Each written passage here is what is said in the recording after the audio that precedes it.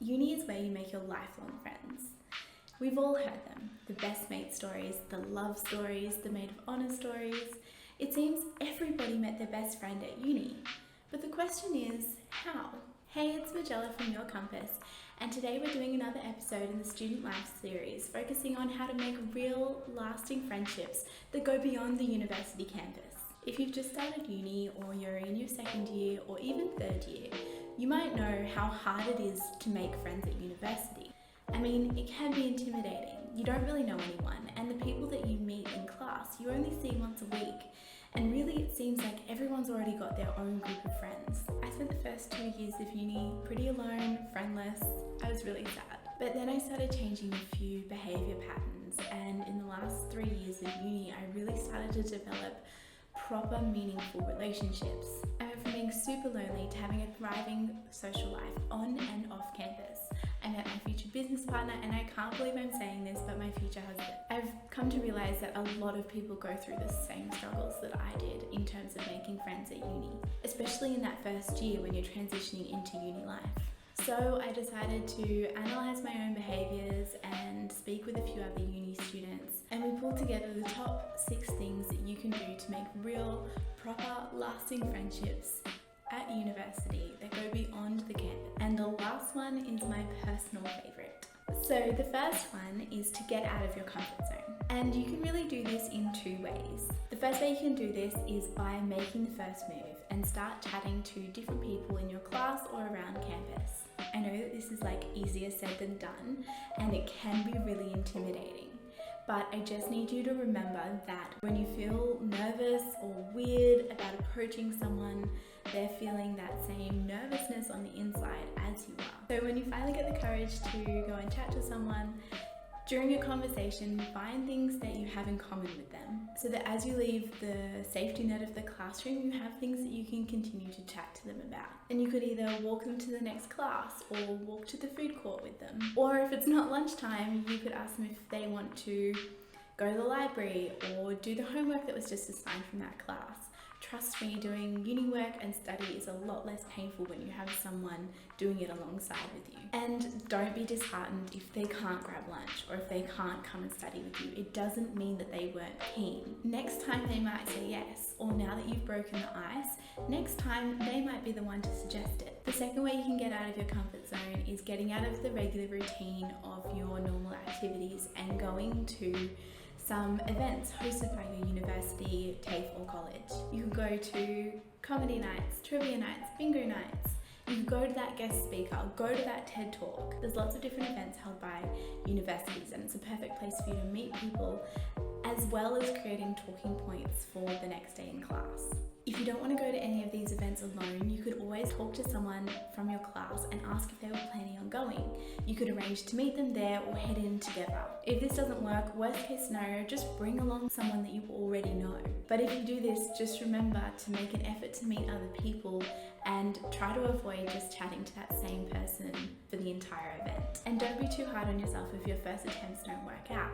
You won't immediately click with everyone, and friendships take time. Give this video a like if you're finding this content useful, and we'll go into the next tip. Number 2 is to take advantage of online events. Don't shy away from your chance to meet people from university online. You can't meet people if you're not present, and this rule applies to the online world as well. In 2020, the world has exploded with lots of different apps that make virtual hangouts super easy and very commonplace. Most universities, whilst trying to transition back to on-campus events, are still hosting a range of online events as well. It can be really tough to make connections in an online environment, but here are 2 simple tips that you can use. The first one is to pay attention to anyone who contributes to online discussions. If they say something funny or have an interesting comment or ask a really insightful question, these are all really good talking points that you can use to speak to that person. You could send them a personal message and mention their contribution to the discussion, saying something like, "Hey, that was a really good point that you raised. I really agree with X." These are all really good conversation starters, and even if it goes nowhere, later on down the track, that person might remember you and a friendship might build from there. Second thing that you can do in an online event is to offer your assistance. If someone is asking questions that you think you can answer, you can help them by providing useful links or your own insights via the chat box or personal message. And we can't speak about online without speaking about online socials, of course, and this is our third tip. Online socials are particularly useful in the world of university. Normally each cohort has their own Facebook group. So for example, UNSW Law 2021 or UTS Business School 2021 or Macquarie Psych 2021. They have their own cohort group on Facebook, and sometimes for certain classes, members of that class create a chat group. So it might be for like Statistics 101, and everyone is connected via a chat where they can talk about homework or assessments or just what happened in class that day. Not only are these groups and chats super helpful for your own homework and assessments and general understanding of what's going on at uni, but they're also a really great place for you to make connections with people. So you can be active on these chats or on these groups, maybe suggesting a study group or asking insightful questions or leaving really helpful comments. The best thing you can do is offer your assistance, whether that be just a simple answer to a question, providing your notes from class that day to someone who wasn't there, or providing a useful link to a really good bit of research that you've come across. People really remember kindness. Just a side note on these groups and chats, be really careful of plagiarism, and we do not condone cheating or any sort of collusion in any way. Connecting via your socials in these ways also facilitates personal messages. You can message someone from your cohort or from your class after making these initial contacts on these groups or chats. You can start to make plans and build on that initial connection. Maybe that's suggesting a group study session at the library or down at the park. Perhaps it's to go and buy those art supplies or science supplies for your assessment next week. Whatever it is, your socials really gives you the chance to reach out and double down on that initial contact. Number 4 is societies and social sport. These are both a really great free or low cost way of meeting people at your university with common interests. Societies and social sports lets you hang out with people outside of the classroom without any of that weird pressure. With an activity to focus on, you don't have to worry about constantly thinking of topics to keep that conversation flowing. Often featuring food and a fun activity, your societies are a perfect place to bond over your shared loves or even hates. Social sport gives you a chance to meet people and show your new friends another side of your personality. Whether it's a silly side or a more chill side, a more competitive side, it will allow people to get to know you and deepen their understanding and their appreciation of you. Number 5 is to show genuine interest in people. When you talk to someone in class or on campus or at an event, focus on them and the conversation that you're having. Really make sure that they know you're enjoying speaking to them by giving them your attention and responding thoughtfully with questions or comments. When you're meeting someone, make a mental note of their name and try and remember one other personal thing about them so that when you meet them again, you can remember their name and check in with them about something that they mentioned last time. People really like to be remembered. Whilst you're focusing on the person that you're speaking with and giving them your attention, try to avoid being too cliquey. Be polite to everyone and include other people in the conversation. I mean, deep down, humans just want to feel important. So if you could make them feel interesting and important just for one conversation, it could change their whole day and they will remember you. Showing interest also involves following up. And this could look like jumping on socials and sending them a quick message saying, hey, it was really great to meet you yesterday.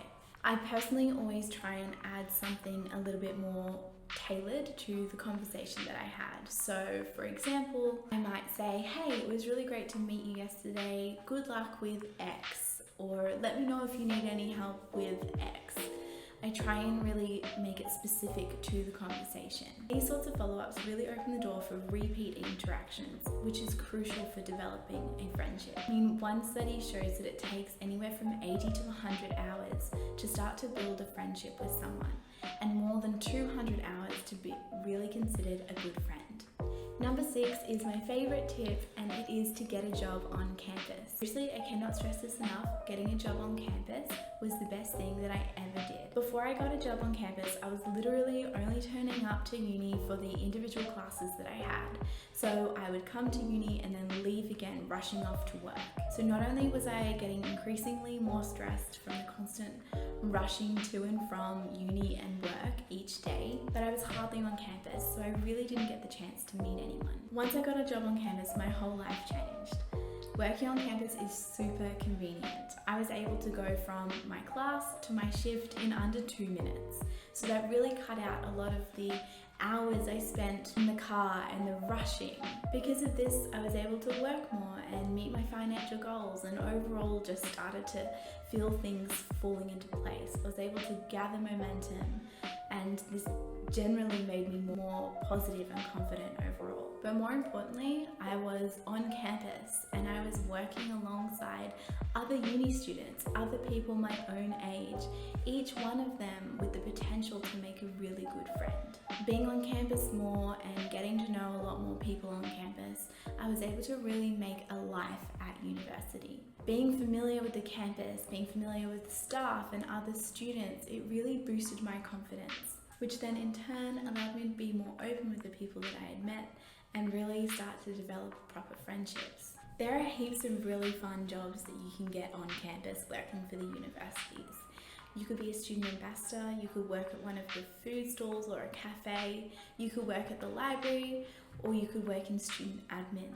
There's a really long list, and I encourage you to jump on the employment website for your university and have a look at what's on offer. You'll definitely have the chance to make a lot more friends, and you'll really start to find your place at uni.